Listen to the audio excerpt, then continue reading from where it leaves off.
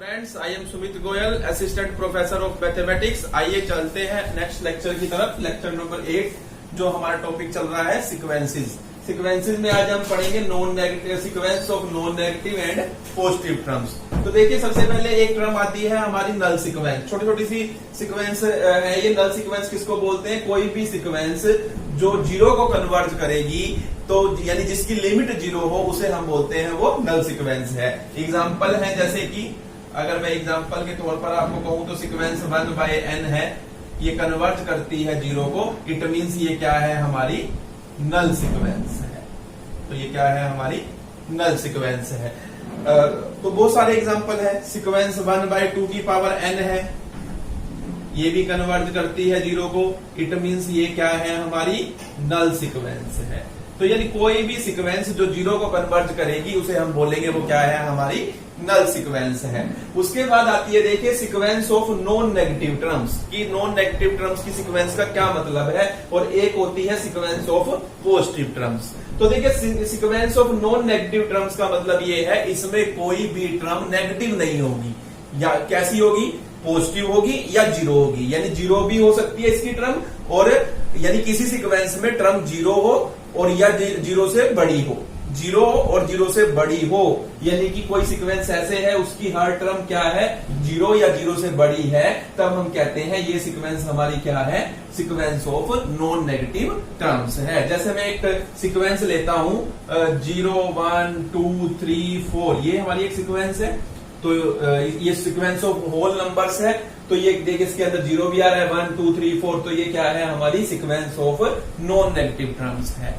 अब देखिए, sequence of positive term का मतलब क्या होता है? इसमें पॉजिटिव नंबर ही आएंगे, ना तो जीरो आएगी और ना ही नेगेटिव आएगा। यानी कि कोई भी सीक्वेंस जिसमें हर टर्म जीरो से बड़ी हो, जीरो भी नहीं हो सकती, जीरो से बड़ी हो सकती है कुछ भी, 0.00001 हो सकती है, यानी जीरो नहीं हो सकती। जीरो से बड़ी कोई भी हो तो उसे बोलते हैं वो सीक्वेंस ऑफ पॉजिटिव टर्म है। जैसे ये भी सीक्वेंस ऑफ पॉजिटिव टर्म है, ये सीक्वेंस ऑफ पॉजिटिव टर्म है। तो ये हमारी सीक्वेंस ऑफ पॉजिटिव टर्म्स हैं। जो हमारी ये नल सीक्वेंसेस के जो एग्जांपल लिए थे, पॉजिटिव टर्म की सीक्वेंस भी है। क्यों है ये पॉजिटिव टर्म की सीक्वेंस? क्योंकि इसमें हर टर्म पॉजिटिव है। लेकिन ये नॉन नेगेटिव टर्म की सीक्वेंस नहीं बोल सकते। सॉरी, नॉन नेगेटिव टर्म की सीक्वेंस भी बोल सकते हैं इन्हें, क्योंकि इसमें हर टर्म क्या है? जीरो या जीरो से बड़ी है। जीरो नहीं है, कोई जरूरी नहीं है कि जीरो होनी भी चाहिए, जीरो से बड़ी भी हो सकती है। तो यानी कि कहने का मीन्स ये है, ये जो मैंने दो एग्जांपल लिए हैं, ये नल सीक्वेंस भी है, ये नॉन नेगेटिव टर्म्स की सीक्वेंस भी है, और ये पॉजिटिव टर्म की सीक्वेंस भी है। अब देखिए, हम दो थ्योरम करने लगे। छोटी छोटी थ्योरम है, लेकिन हमारी इंपॉर्टेंट थ्योरम है कि अगर कोई सीक्वेंस है an नॉन नेगेटिव टर्म्स की, यानी कि हर an हमारा क्या है? पॉजिटिव है, यानी कि ग्रेटर देन इक्वल टू 0 है। तो जिस पॉइंट पर ये कन्वर्ज कर रही है, और ये कन्वर्जेंट सीक्वेंस है, यानी गिवन है हमें ये किसी नंबर a पर कन्वर्ज कर रही है, तो जो प्रूव करके दिखाना है, जिस नंबर पर ये कन्वर्ज कर रही है वो नंबर भी क्या होगा? ग्रेटर देन इक्वल टू 0 होगा। तो बड़ी सिंपल सी थ्योरम है। तो देखिए, late an be any sequence such that an is greater than equal to 0 for all n, and sequence an converges to a। Prove क्या करना है? रिक्वायर टू प्रूव लिखेंगे कि a जो है वो ग्रेटर देन इक्वल टू 0 है, ये हमें प्रूव करना है। इसे हम प्रूव करेंगे किससे? मेथड ऑफ कॉन्ट्राडिक्शन से। देखिए कैसे। हम सपोज कर लेते हैं, if possible a is negative, कि a नेगेटिव है, हमने ये सपोज कर लिया। अगर अब a नेगेटिव है, तो अब आप देखिए यहां पर एज an कन्वर्ज कर रही है किसको? a से a को। तो by definition for given epsilon greater than 0 there exist a natural number m such that an minus a is less than epsilon for all n greater than equal to m। ये means हुआ। अब इसका क्या means हुआ? कि an minus a lies between minus epsilon plus epsilon। इसका क्या मतलब हुआ? an lies between a minus epsilon and a plus epsilon for all n greater than equal to m। और epsilon हमारी चॉइस का है, अब मैं क्या करता हूं, देखिए इसके बाद चूज कर लेता हूं मैं एप्सिलॉन a/2। मैंने एप्सिलॉन चूज कर लिया। क्या चूज किया मैंने? -a/2, क्योंकि a तो नेगेटिव है, आपने मानकर चले हैं। तो हमें एप्सिलॉन जो चूज करना होता है वो पॉजिटिव चूज करना होता है, मैंने नेगेटिव ले लिया, और a नेगेटिव खुद भी है तो ये पॉजिटिव हो जाएगा, यानी +2 मींस ये क्या हो गया हमारा? पॉजिटिव। तो अब यहां से देखिए क्या बन जाएगा, दिस इंप्लाइज an किसके बीच में लाई करेगा? देखिए an लाई करेगा किसके बीच में? a माइनस, और यहां पर देखिए क्या है? -a/2, यानी ये आपका बन जाएगा 3a/2, और यहां पर a एप्सिलॉन की वैल्यू -a/2 पुट करोगे, ये क्या आ जाएगा? a/2, यानी for all n greater than equal to m। तो इसका क्या मतलब हुआ कि देखिए m के बाद की हर टर्म 3a/2 और a/2 के बीच में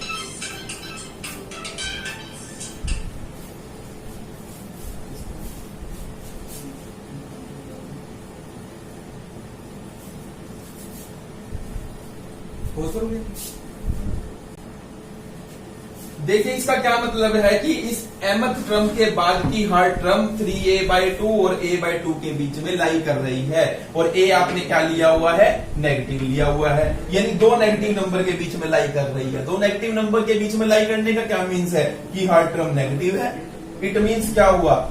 an is negative for all n greater than equal to m, which is a contradiction. क्यों है कॉन्ट्राडिक्शन? क्योंकि हमें गिवन है कि an जो है वो सीक्वेंस है नॉन नेगेटिव टर्म्स की। अब यहां पर ये कंट्राडिक्शन है, इट मींस क्या हुआ? हमने ये माना था कि a नेगेटिव है, वो गलत हो गया। इट मींस क्या है? a जो है वो ग्रेटर देन इक्वल टू 0 है, और यही हमें प्रूव करना था। तो सिंपल सी थ्योरम है हमारी, और छोटी सी थ्योरम है, लेकिन इंपॉर्टेंट थ्योरम है। याद रखना है कि अगर किसी भी सीक्वेंस की हर टर्म नॉन नेगेटिव हो तो जो जिस और अगर वो कन्वर्जेंट है तो जिस पॉइंट को वो कन्वर्ज करेगी वो भी क्या होगा? नॉन नेगेटिव ही होगा। अब देखिए दूसरी थ्योरम है जो इसी से अटैच है। तो इस थ्योरम को करने के लिए पहले आपको इसका प्रूफ करना होगा। अब देखिए उसने कहा है कि दो सीक्वेंस है, दोनों कन्वर्जेंट है। एक an सीक्वेंस a पर कन्वर्ज करती है, bn कन्वर्ज करती है b पर, और an की हर टर्म bn की हर टर्म से छोटी है, यानी कि पहली टर्म इस सीक्वेंस की पहली टर्म इस सीक्वेंस की पहली टर्म से छोटी है, इस सीक्वेंस की दूसरी टर्म इस सीक्वेंस की दूसरी टर्म से छोटी है, यानी a1 b1 से छोटा, a2 b2 से छोटा, a3 b3 से छोटा। इस तरीके की ये सीक्वेंस है। तो जिस पर ये कन्वर्ज कर रही है an सीक्वेंस, और जिस पर bn सीक्वेंस कन्वर्ज कर रही है, क्योंकि सीक्वेंस an की हर टर्म सीक्वेंस bn की कोरस्पोंडिंग टर्म से छोटी है, इसलिए जहां ये कन्वर्ज करेगी वो पॉइंट उस पॉइंट से छोटा होगा जिस पर ये bn कन्वर्ज कर रही है, क्योंकि bn सीक्वेंस की हर टर्म an सीक्वेंस की कोरस्पोंडिंग टर्म से बड़ी है। कोरस्पोंडिंग टर्म का मतलब है पहली टर्म को पहली टर्म से कंपेयर करते हैं, सेकंड टर्म को सेकंड टर्म से, थर्ड टर्म को थर्ड टर्म से। ये मीन्स होता है कोरस्पोंडिंग टर्म्स का। अब देखिए अब यहां पर प्रूफ बहुत सिंपल है। As an less than equal to bn for all n, इसका क्या मतलब हुआ कि bn minus an is greater than equal to 0 for all n। यही मतलब हुआ ना कि ये bn बड़ा है, an छोटा है हर n के लिए, तो bn माइनस an इसको इधर ले आया तो वो क्या होगा? नॉन नेगेटिव होगा। यानी ये जो नई सीक्वेंस बनेगी bn में से an को माइनस कर कोरस्पोंडिंग टर्म्स को माइनस कर वो नॉन नेगेटिव टर्म की सीक्वेंस आएगी। और हमारे पास अगर कोई नॉन नेगेटिव टर्म की सीक्वेंस हो तो क्या होता है? बाय दिस थ्योरम जिस पॉइंट पर वो कन्वर्ज करेगी वो भी क्या होगा? नॉन नेगेटिव होगा। पहले तो अब ये कन्वर्ज कहां करेगी?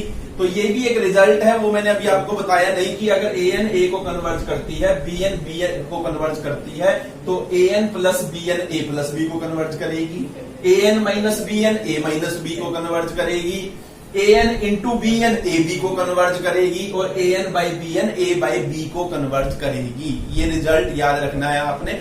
आपकी बुक में है, लिखे हुए हैं, आप याद कर सकते हैं। इनका प्रूफ पेपर में ज्यादातर नहीं आता, इसलिए मैं उनका प्रूफ नहीं करवा रहा। आपको एज ए रिजल्ट जरूर याद रखना है उन्हें। तो अब देखिए bn minus an, now bn minus an convert करेगी किसको? बी माइनस ए को, ये क्योंकि बी एन कन्वर्ज करती है बी को और ए एन कन्वर्ज करती है ए को, तो B N minus A N किसको कन्वर्ज करेगी, बी माइनस ए। और बाय दिस थ्योरम कि B N minus A N non negative term की सीक्वेंस है और ये कन्वर्जेंट है जो कन्वर्ज कर रही है बी माइनस ए को, तो बाय थ्योरम 1, इसे मैं थ्योरम 1 कह रहा हूं, ये थ्योरम 1 है, आपको पूरी लिखनी होगी एग्जाम में जब आएगी, इस यानी पूरी डेफिनेशन देनी होगी। बाय थ्योरम दिस जो b माइनस ए होगा वो क्या होगा, ग्रेटर देन इक्वल टू 0 होगा, यानी b greater than equal to a होगा, means a less than equal to b होगा। यही हमें प्रूव करना था। तो देखिए सिंपल सी थ्योरम है, दो थ्योरम है, दोनों इंपॉर्टेंट थ्योरम है और ये टर्म्स भी बहुत इंपॉर्टेंट है, पता होना चाहिए आपको नॉन नेगेटिव टर्म्स का क्या मतलब है, पॉजिटिव टर्म की सीक्वेंस का क्या मतलब है और नल सीक्वेंस की का क्या मतलब है, क्योंकि ये कहीं भी यूज हो जाती है, तो इनका हमें पता होना चाहिए। तो अब नेक्स्ट देखिए हम करने लगे हैं स्क्वीज प्रिंसिपल। देखिए नेक्स्ट करने लगे हैं हम स्क्वीज प्रिंसिपल, जिसे हम सैंडविच थ्योरम भी बोलते हैं।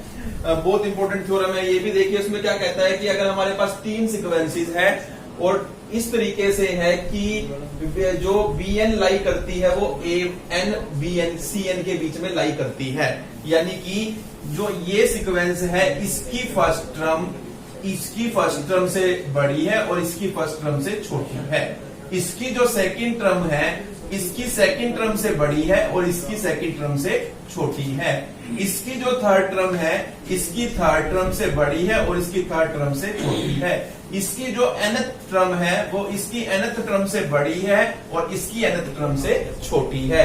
अगर 3 सीक्वेंस और वो ऐसा बिहेव कर रही हो और दूसरी कंडीशन ये है ये वाली सीक्वेंस और ये वाली सीक्वेंस सेम नंबर पर कन्वर्ज कर रही हो, तो जो ये bn सीक्वेंस है बीच वाली ये भी उसी नंबर को कन्वर्ज करेगी जिस पर an और cn कन्वर्ज कर रही है।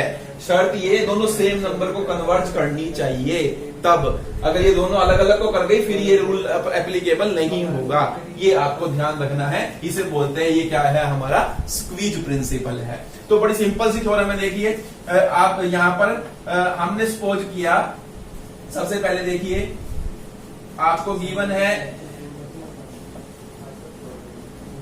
ये गिवन है आपको, और हम सपोज करते हैं कि ए एन भी कन्वर्ज कर रही है ए को और बी एन कन्वर्ज कर रही है ए को, सॉरी ए एन और सी एन कन्वर्ज कर रही है ए को।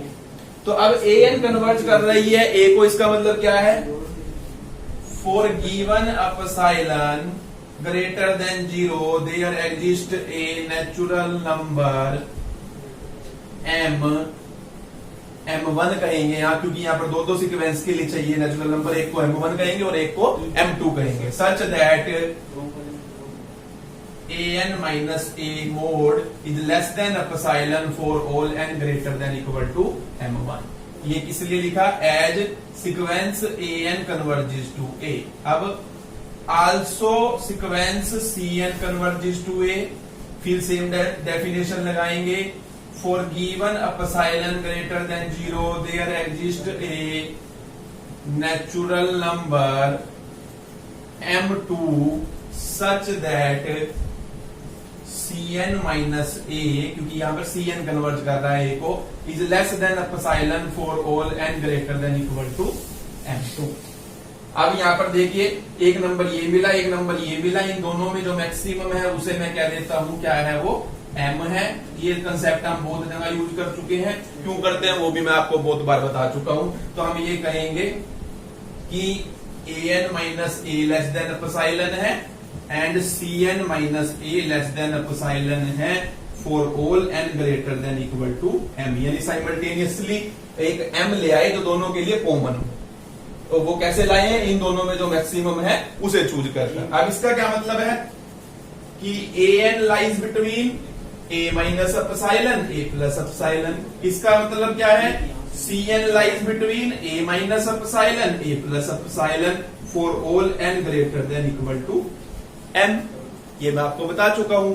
अब आप देखिए यहां पर इस कंडीशन से, यहां पर as bn lies between an and cn, this implies, अब देखिए a यहां से a माइनस एप्सिलॉन लेस है किससे, an से, ये देखिए ये गिवन है, यहां से इतना पोर्शन लिया इस पार्ट का मैंने, और an किससे लेस है, bn से, bn किससे लेस है, cn से, और cn किससे लेस है, इतना पोर्शन लिया है a प्लस एप्सिलॉन से। कहने का मीन्स ये है हमारा कि जो bn लाई करता है किसके बीच में, a minus epsilon a plus epsilon के बीच में, for all n greater than equal to m।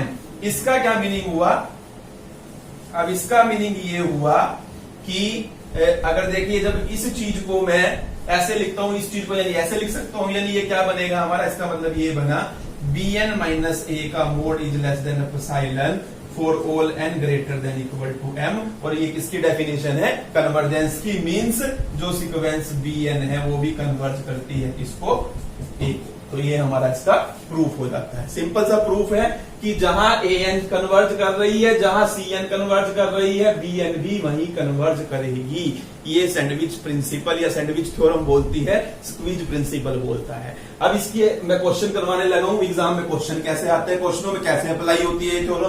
तो देखिए मैंने 2 एग्जाम्पल लिखे हैं, तो देखिए यहां पर √n+1 माइनस √n को मैं कर लेता हूं रैशनलाइज। रैशनलाइज आपको आता है करना, ये से इससे साइन चेंज करके ऊपर भी मल्टीप्लाई और नीचे भी मल्टीप्लाई। तो अब आप देखिए क्या आ जाएगा, ऊपर आपका बन जाएगा √n+1 की स्क्वायर माइनस √n की स्क्वायर ओवर में √n+1 प्लस √n, यानी ये आपका बनेगा n+1 माइनस n, यानी n से n कैंसल, यानी ये बनेगा सिर्फ 1 बाय में √n+1 प्लस √n, यानी ये आपका आया है √n+1 minus √n equal to इसके, यानी कि इस क्वांटिटी और ये क्वांटिटी सेम है। अब देखिए ये आपकी यही सीक्वेंस है, यानी इसी सीक्वेंस की बात कर रहे हैं। अब आप देखिए यहां पर ये जो मैं पार्ट करवाने लगा हूं बहुत इंपॉर्टेंट पार्ट है, जो √n+1 है वो किससे ग्रेटर होता है, √n से। n नेचुरल नंबर है क्योंकि, यानी कि अगर बड़े नंबर का स्क्वायर रूट लोगे तो वो छोटे नंबर के स्क्वायर रूट से बड़ा ही आएगा, क्योंकि n+1 बड़ा है n से। अब इसमें मैं √n ऐड कर देता हूं दोनों साइड, तो ये मैंने √n इधर भी ऐड कर दिया और √n मैंने इधर भी ऐड कर दिया। अब आप देखिए √n+1 प्लस √n बड़ा है किससे, √n प्लस √n से, यानी कि 2√n से। कहने का मीन्स क्या हुआ, अगर मैं इसका रेसिप्रोकल लूं 1/√n+1 प्लस √n लेस है किससे, 1/2√n से फॉर ऑल n, यानी मैंने ये लाया मैं, यानी ये सीक्वेंस दी थी आपको, bn सीक्वेंस दी हुई है आपको एक cn लानी है और एक an लानी है। तो ये मेरे को bn दी हुई थी, आप ये मानकर चलिए, तो मैं क्या लेके आया हूं, अभी cn लेके आया हूं। अब एक an लानी है जो इससे क्या होगी, बड़ी होगी। अब देखिए नाउ अगेन, अब आप देखिए अब इसी चीज को मैं कैसे लिखता हूं, देखिए √n जो है वो छोटा होता है किससे, √n+1 से होता है, √n छोटा होता है किससे, √n+1 से। इसी बात को लिखा है, देखिए यहां आपने लिखा था √n+1 बड़ा है √n से, और यहां मैंने लिखा √n छोटा है √n+1 से। बात एक ही है, उसको दूसरे तरीके से लिख दिया। अब देखिए √n के साथ आपको क्या चाहिए, √n+1 चाहिए, तो मैं इसमें n+1 इधर भी ऐड कर दूं सेम नंबर, और इधर भी ऐड कर दूं, तब भी ये क्वांटिटी इस क्वांटिटी से क्या रहेगी, छोटी रहेगी। अब यानी कि 1/√n प्लस √n+1 बड़ा होगा किससे, 1/√n+1 प्लस √n+1 से, यानी कि ये कितना बना था आपका, यहां पर मैं लिख लेता हूं 2√n+1 बना है ये आपका, यानी हम ये लिख सकते हैं 2√n+1 से। तो ये फॉर ऑल n, इसे कहिए आप इक्वेशन नंबर 1, इसे कहिए इक्वेशन नंबर 2 फ्रॉम 1 and 2। तो देखिए आपने क्या किया है 1 and 2 से, यहां से आपका आया है 1/√n+1 plus √n less than है किससे, 1/2√n से। और ये किससे ग्रेटर है, यहां से 1/2 रूट n प्लस 1 से, यानी कि ये इक्विवेलेंट आ गया an is less than bn and bn is less than cn for whole n। ये आपका आया है, ये इसके इक्विवेलेंट है, यानी ये वाली फॉर्म बन गई। अब आपको देखना है कि ये सीक्वेंस और ये सीक्वेंस सेम नंबर पर कन्वर्ज कर रही है कि नहीं कर रही। तो आप देखिए, अब यहां पर देखिए limit n tending to infinity 1/2 root n plus 1 कितना आएगा, 0 आएगा। सिंपल सी बात है, क्योंकि n टेंडिंग टू इंफिनिटी कराओगे 1/∞ 0। इसकी लिमिट निकालोगे, limit n tending to infinity 1/2 root n भी क्या आएगा, ये भी 0 आएगा। तो यानी ये और ये दोनों सेम नंबर को कन्वर्ज कर रही है, किसको, 0 को। तो आप लिखोगे by squeeze principle limit n tending to infinity 1/रूट n plus 1 plus root n भी किसको कन्वर्ज करेगा, 0 को कन्वर्ज करेगा। और ये क्वांटिटी किसके इक्वल है, यानी जो हमें जिसकी लिमिट निकालनी थी। देखिए ये प्रूव करना था, ये 0 को कन्वर्ज कर रहा है, ये 0 को कन्वर्ज कर रहा है, क्योंकि ये नंबर और ये नंबर का मतलब सेम है, क्योंकि रेशनलाइज करने के बाद निकाला है। देखिए ये आ जाता है, ये क्वांटिटी और ये क्वांटिटी इक्वल है। तो यहाँ पर स्पेस नहीं है, तो नहीं तो आप इसको भी दोबारा लिख सकते हैं। चलो लिख देते हैं, limit n tending to infinity root n plus 1 minus root n is equal to 0। तो ये हमारा प्रूव हो जाता है। तो इस तरीके से हमें स्क्वीज प्रिंसिपल को यूज करना होता है। अब एक क्वेश्चन और करवा रहा हूं मैं आपको। देखिए अब यहाँ पर आपकी ये सीक्वेंस आपको दी हुई है, इसको कहिए आप bn है। तो bn क्या है हमारी, 1/ इसको लिख लेते हैं n प्लस 0 का स्क्वायर, ये n प्लस 1 का स्क्वायर, और ये आपका आ जाएगा 1/2n का मीन्स है n प्लस n का स्क्वायर। ये मीन्स है हमारा। अब एक सीक्वेंस चाहिए जो इससे छोटी हो, एक सीक्वेंस चाहिए जो इससे बड़ी हो। तो देखिए कैसे, अब आपको पता है कि जो n स्क्वायर होगा, ये n स्क्वायर, ये लेस होगा किससे, n प्लस 1 के स्क्वायर से। n स्क्वायर n प्लस 1 के स्क्वायर से क्या होगा, लेस होगा, क्योंकि n नेचुरल नंबर है। अगर n 2 है, 2 का स्क्वायर 3 के स्क्वायर से छोटा ही होगा ना, यानी कि। और ये लेस होगा n प्लस 2 के स्क्वायर से, और ये लेस होगा किससे, n प्लस n के स्क्वायर से। ये कहने का मीन्स हुआ, यानी क्या मतलब हुआ, 1/n स्क्वायर ग्रेटर होगा 1/n प्लस 1 स्क्वायर से, और ये ग्रेटर होगा n प्लस 1 स्क्वायर से, और ये ग्रेटर होगा 1/n प्लस n स्क्वायर से।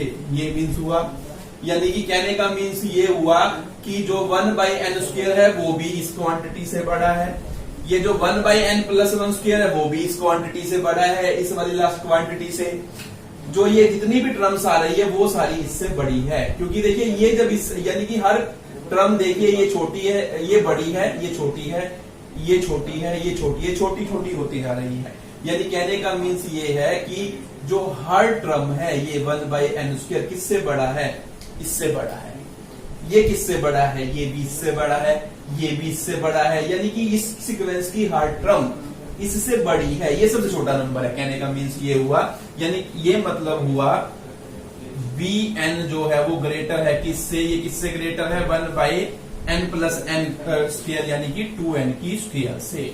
इसका मतलब 2n की स्क्वायर हुआ ना, इसको हमने 2n को n प्लस n लिखा था जानबूझकर, ताकि आपको समझ आ जाए कि भाई इसका क्या मतलब है, क्यों बड़े हो रहे हैं। अब इसी तरीके से ये भी बड़ा है किससे, 1/2n की स्क्वायर से, और ये सारी टर्म बड़ी है किससे, 1/2n की स्क्वायर से। ये लास्ट वाली तो इक्वल है इसके, और बाकी सब बड़ी है। तो टोटल मिलाकर तो यानी bn की जो जितनी भी टर्म्स है वो इस क्वांटिटी से क्या होगी, बड़ी होगी। ये क्वांटिटी कितनी बनेगी, ये आपका बनेगा 2n का स्क्वायर, और यहाँ पर 1 प्लस 1 प्लस 1 को आप ऐड करोगे, कितनी टाइम ऐड करोगे, अब वो देखिए कितनी टाइम ऐड करोगे आप। यहाँ पर, यहाँ से देखिए, यहाँ पे 0 से लेकर n तक गए हैं आप, 0 से n तो फिक्स है, 0 से ये 0 n से यहाँ तक n तक, यानी 1 से लेके n तक n बने टर्म्स, और एक ही टर्म ये 0 वाली, यानी कि n प्लस 1 टर्म है।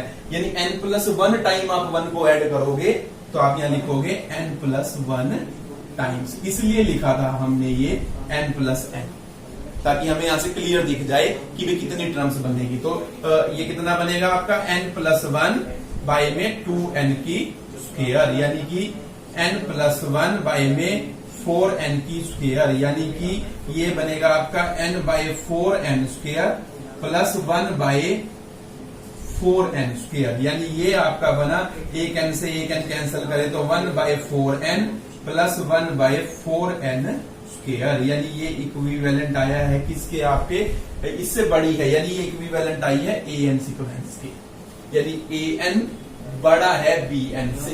an ये देखिए bn बड़ा है किससे, an से। अब अब देखिए, अब इसी बात को मैं उल्टा करके लिख रहा हूं। देखिए मैंने यहां लिखा ये क्वांटिटी इससे लेस है, ये इससे लेस है और ये इससे लेस है। अब यहां लिख रहा हूं ये क्वांटिटी इससे बड़ी है, ये वाली क्वांटिटी इससे बड़ी है, ये इससे बड़ी है, यानी इसको पहले लिख दिया, ये ग्रेटर देन का साइन, ये डैश डैश डैश, ये n+2 का स्क्वायर, ये ग्रेटर देन n+1 का स्क्वायर और ये ग्रेटर देन n स्क्वायर, बिल्कुल होगा। तो क्यों अब यहाँ पर सेम ही तो रीजन है, क्योंकि हमने बस एक बात को, मैं ये कहूं कि राम लक्ष्मण से बड़ा है या कहूं लक्ष्मण राम से छोटा है, बात तो एक ही है, वही बात मैंने की है। यहाँ पर कह दिया कि ये टर्म्स इन टर्म से छोटी है, अब यहाँ कह रहा हूं ये टर्म्स इन टर्म से बड़ी है, तो अब इसका रेसिप्रोकल क्या हो जाएगा, लेस हो जाएगा। तो अब यहां से देखिए, यानी ये टर्म भी 1/n स्क्वायर से छोटी है, ये वाली, ये n+2 स्क्वायर वाली भी छोटी है जो यहाँ आएगी, ये n+1 वाली भी छोटी है, यानी कहने का मतलब ये है, ये जो टर्म्स दी हुई है ये हर टर्म 1/n स्क्वायर से क्या है, छोटी है, और ये तो 1/n स्क्वायर है, ये तो इक्वल है, ये तो 1/n स्क्वायर ही है, यानी हम ये कहेंगे कि जो bn है वो लेस है किससे, 1/n स्क्वायर, प्लस सारी टर्म 1/n स्क्वायर से छोटी है, तो 1/n square, 1/n square and so on 1/n square, और ये कितना बनेगा आपका 1 + 1 + 1, सेम बात है, कितनी टर्म्स है ये, n+1 टर्म्स है आपकी, क्योंकि तो यहां से बाय में n स्क्वायर, तो ये आपका इक्वल आएगा n+1 बाय में n स्क्वायर के, मीन्स 1/n + 1/n स्क्वायर के, ये आपका आया है, यानी यहां से ये आपका आया है। देखिए एक, यानी bn जो है, देखिए यहां से bn किससे छोटा है, 1/n + 1/n स्क्वायर से, और bn बड़ा किससे है, 1/4n + 1/4n स्क्वायर से, यानी ये आपकी an बनी है और ये आपकी cn बनी है। आप देखिए, अब ये देखना है कि an की लिमिट क्या है और cn की लिमिट क्या है। तो अब देखिए, limit n tending to infinity, अगर मैं करता हूं limit n tending to infinity 1/4n + 1/4n square, कितना आएगा, 0 आएगा। डायरेक्ट देखिए, पुट करिए, इन्फिनिटी 1/∞ 0, 1/∞ 0, ये क्या आएगा, limit n tending to infinity 1/n + 1/n square, ये भी 0 आएगा। ये 0 को कन्वर्ज कर रही है, ये 0 को कन्वर्ज कर रही है, तो आप लिखोगे by squeeze principle limit n tending to infinity bn, जिसको आपने नाम दिया है किसको, 1/n स्क्वायर, 1/n + 1 का square and so on 1/2n की होल स्क्वायर, ये किसके इक्वल आएगी, ये भी 0 के इक्वल आएगी, और यही हमें प्रूव करना। तो स्क्वीज प्रिंसिपल से हमने ये प्रूव किया है दोनों थ्योरम को। तो ये इसके बाद का प्रूफ ये है, ये आपने ध्यान रखना है, इसके बाद जो है हमारा प्रूफ वो यहां गया है, तो ये प्रूफ हमने किया है। तो 2 एग्जाम्पल करवाए मैंने स्क्वीज प्रिंसिपल के ऊपर और स्क्वीज थ्योरम करवाई है आपको, तो उसके एग्जाम्पल मैंने साथ साथ करवा दिए कि किस तरह से हम एग्जाम्पल्स के अंदर यूज कर सकते हैं स्क्वीज थ्योरम को।